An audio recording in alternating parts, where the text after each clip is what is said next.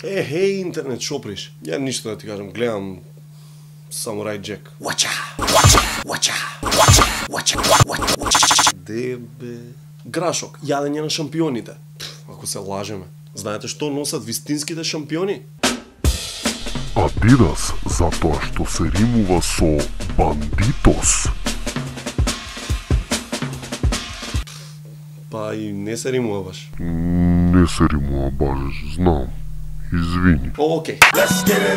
Дојде тоа време од годината кога не се трча на кеј само заради кондиција и здрав живот. Освен ако под кондиција и здрав живот не се подразбира зјапање во цврсти задници стегнати во хеланки. Ти трчај, драга, ќе те стигнам.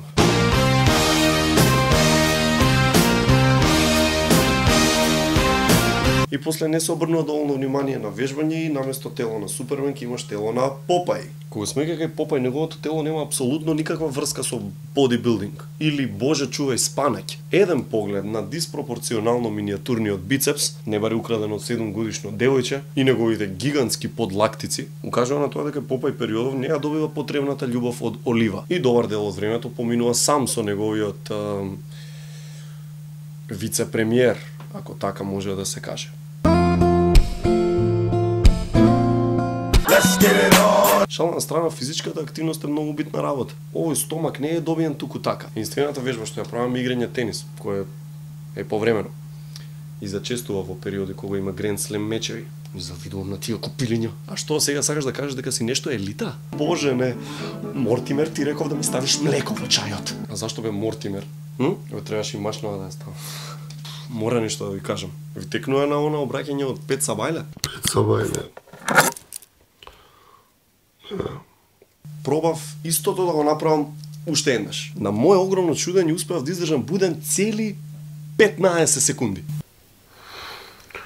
Интернет шоприш.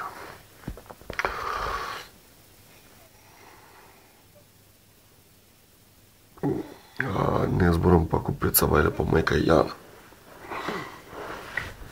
Вие пробајте у Пет Сабајле снимате влогови. Пред известно време ме контактира дечките што се дел од протестот по повод несрекната смрт на Мартин Нешковски. Ме прашаа доколку сакам и го поддржувам протестот да направам нешто во моето видео обраќање и токму поради тоа изјавувам дека јас, Жарко Димитриевски, наполно, потполно го поддржувам протестот против полициска бруталност и сметам дека истата треба да биде дел од минатото, исто како што е дел од минатото и велосипедот со она огромно тркало напред. Токму поради тоа се бунам кога ќе рече дека држава немала иднина, бидејќи со таа младина имаме 2 иднини. Најдобра и уште подобра. Епа тоа, дечки, ајде, се гледаме.